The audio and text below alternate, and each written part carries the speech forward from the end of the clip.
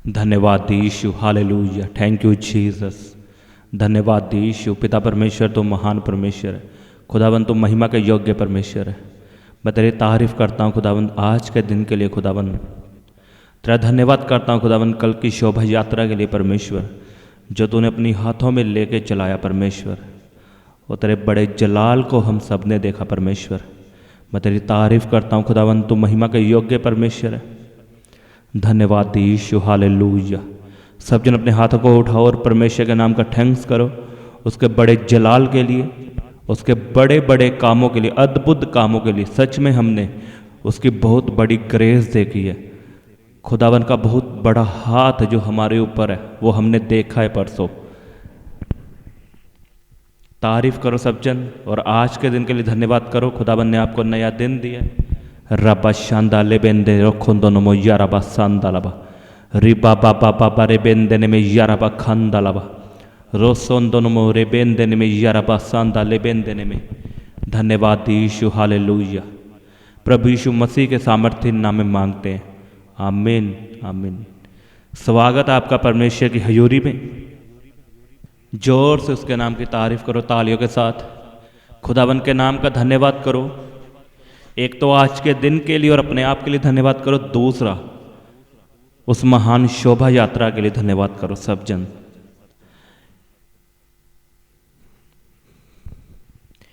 आप थे वहां पे शोभा यात्रा पे, कितना मजा आया। देखो कितनों ने प्लान्स बनाए थे कि हम शोभा यात्रा नहीं होने देंगे, हम ये कर देंगे, हम बम से उड़ा देंगे।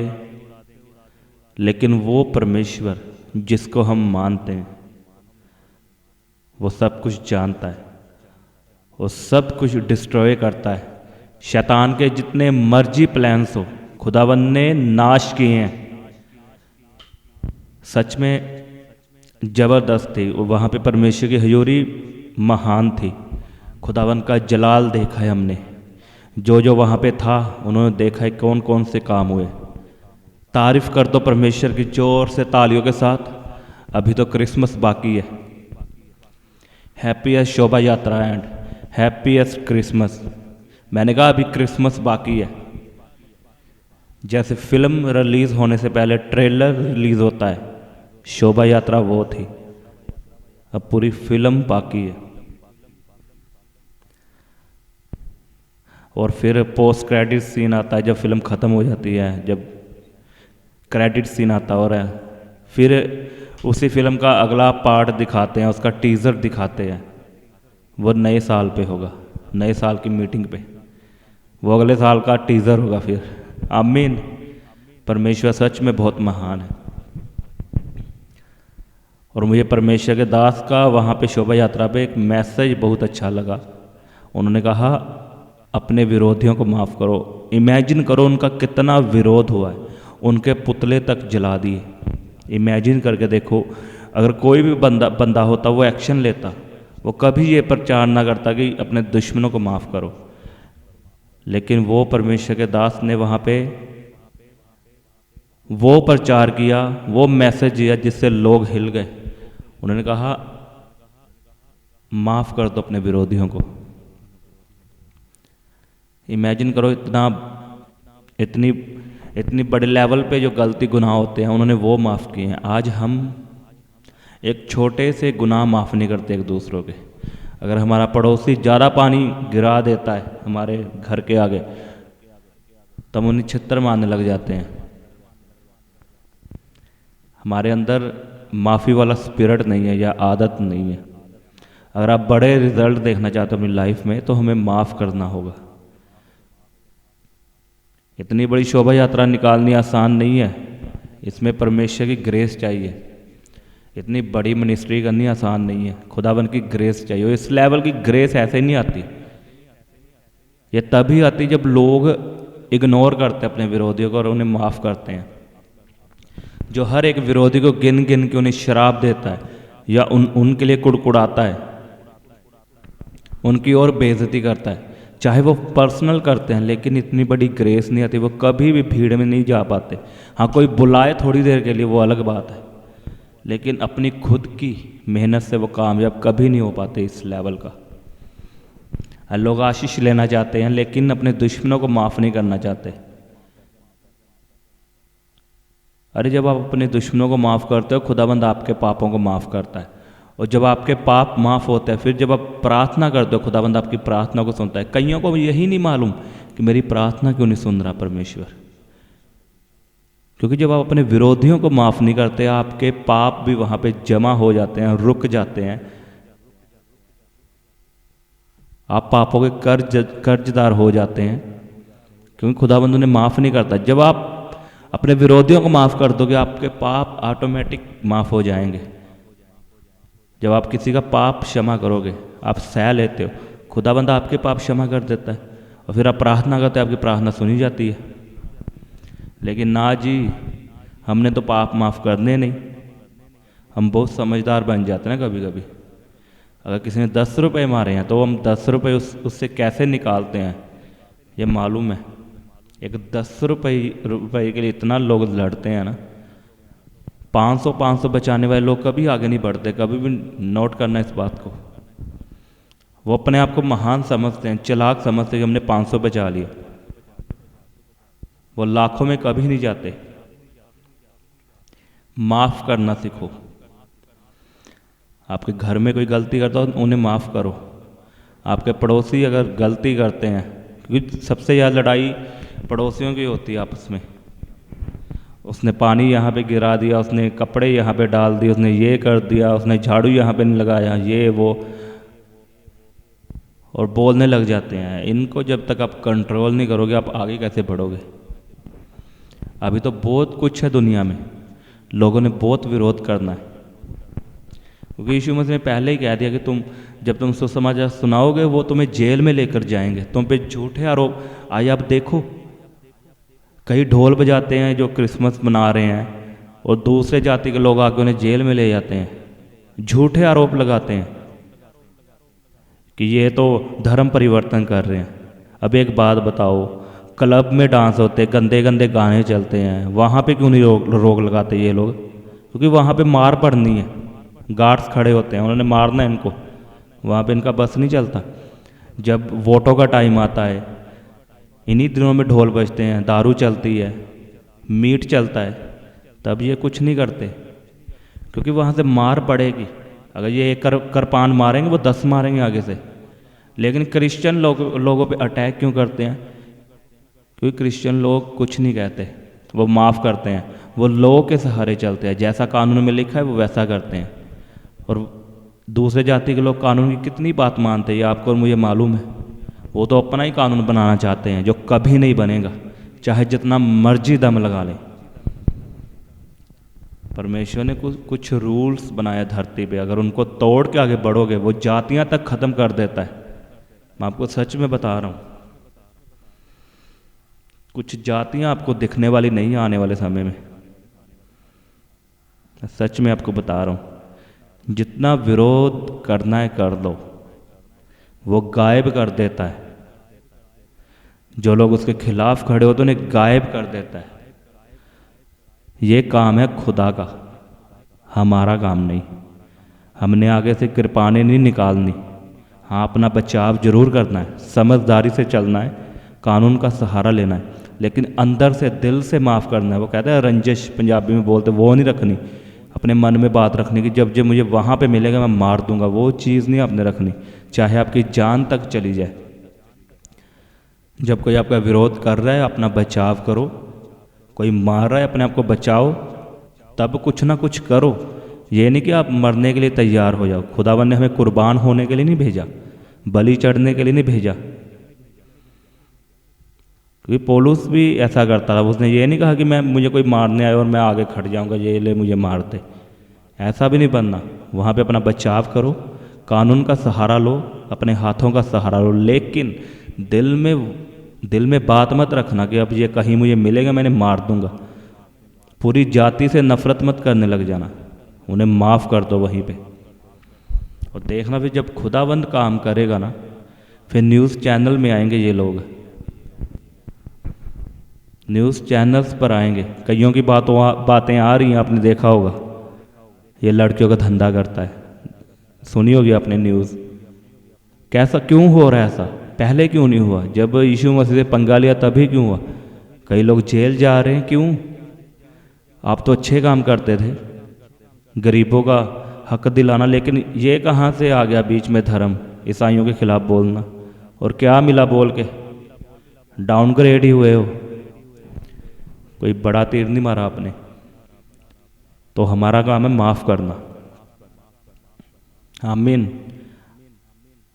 जब आप माफ़ करना सीख जाते हो तब आशीषें आपके पास खुद आने लगती है और आपके दिल में एक शांति होती है जो कोई बंदा आपको दे नहीं सकता और कोई बंदा आपसे छीन नहीं सकता। वो शांति परमेश्वर की ओर से ही मिलती है।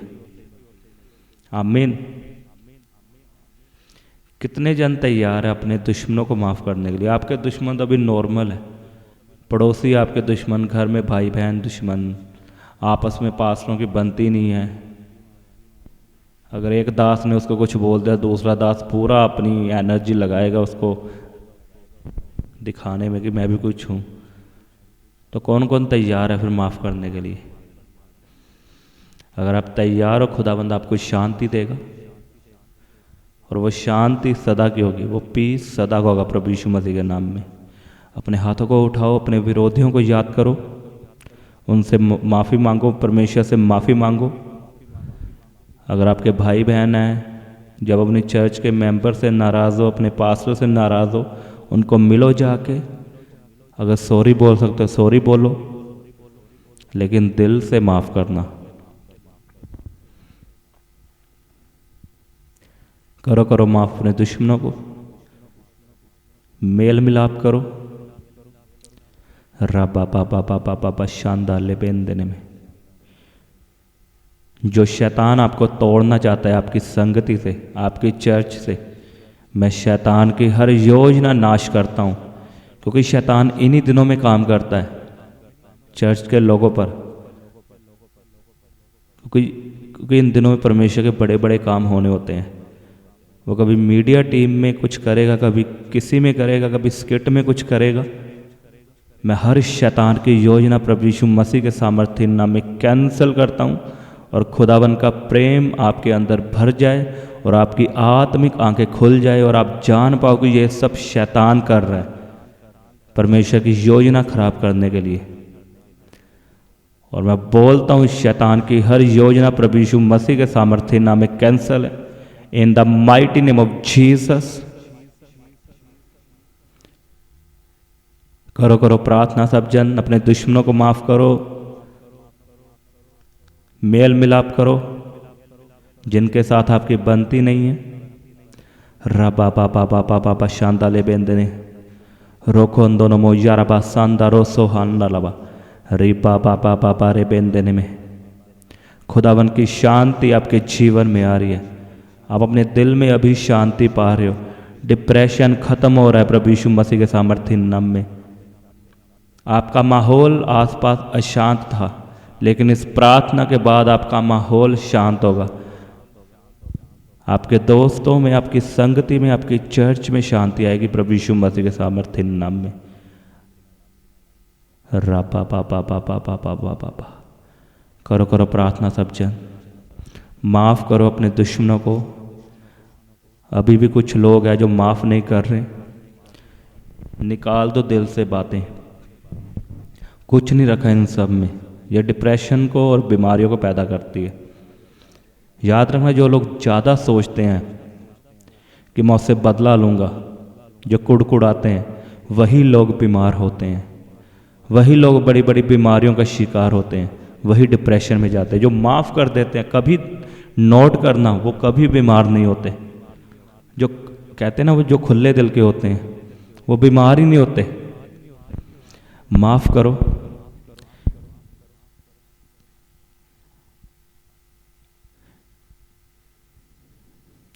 वैर विरोध का आत्मा आपको छोड़ के चला जाए और प्रेम का आत्मा यानी पवित्र आत्मा आपके अंदर है।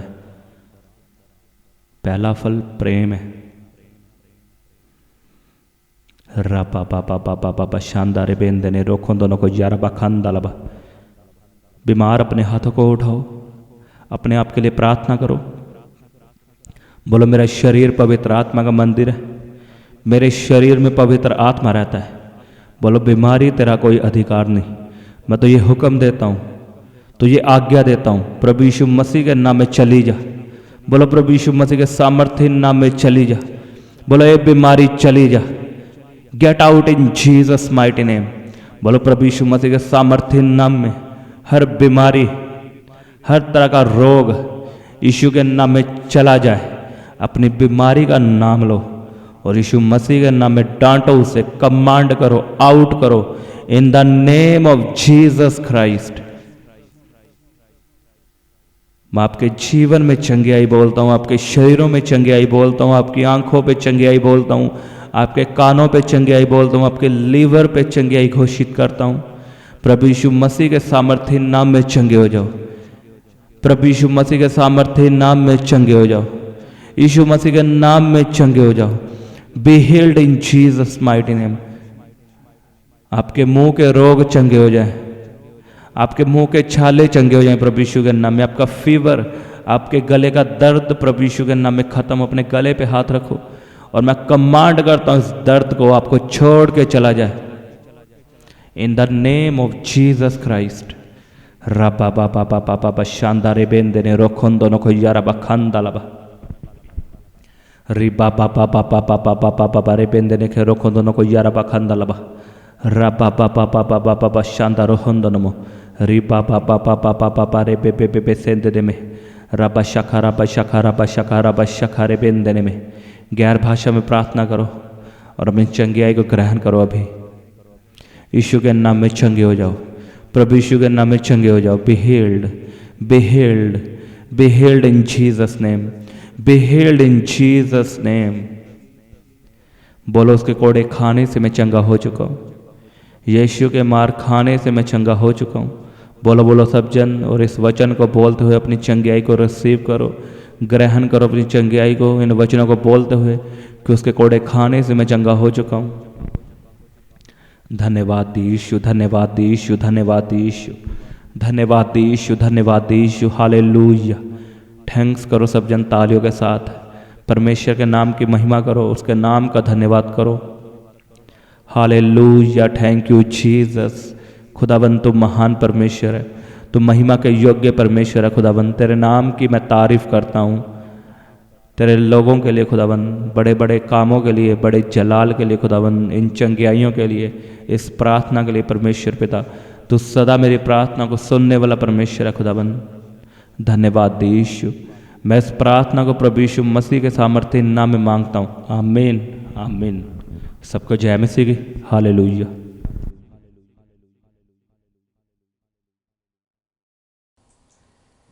आप अपने दान दशवांश और भेंट हमें इस अकाउंट नंबर पर भेज सकते हैं, या आप अपने पेटीएम या फ़ोनपे के द्वारा हमारे QR कोड को स्कैन करके अपनी ऑफरिंग भेज सकते हैं। आप अपने दान दशवांश और भेंट हमें इस अकाउंट नंबर पर भेज सकते हैं, या आप अपने पेटीएम या फ़ोनपे के द्वारा हमारे QR कोड को स्कैन करके अपनी ऑफरिंग भेज सकते हैं। आप अपनी प्रेयर रिक्वेस्ट इस व्हाट्सएप नंबर पर हमें भेज सकते हैं। आप हमें फ़ोटो, नाम और अपनी प्रॉब्लम लिखकर इस व्हाट्सएप नंबर पर हमें भेज सकते हैं। हम आपके लिए निरंतर प्रार्थना में रहते हैं। आप हमारे साथ सुबह 4 बजे, दोपहर 12 बजे और शाम 5 बजे प्रार्थना में जुड़ सकते हैं। आप हमारे पेज यीशु दे दीवाने को फेसबुक और इंस्टाग्राम पर फॉलो कर सकते हैं।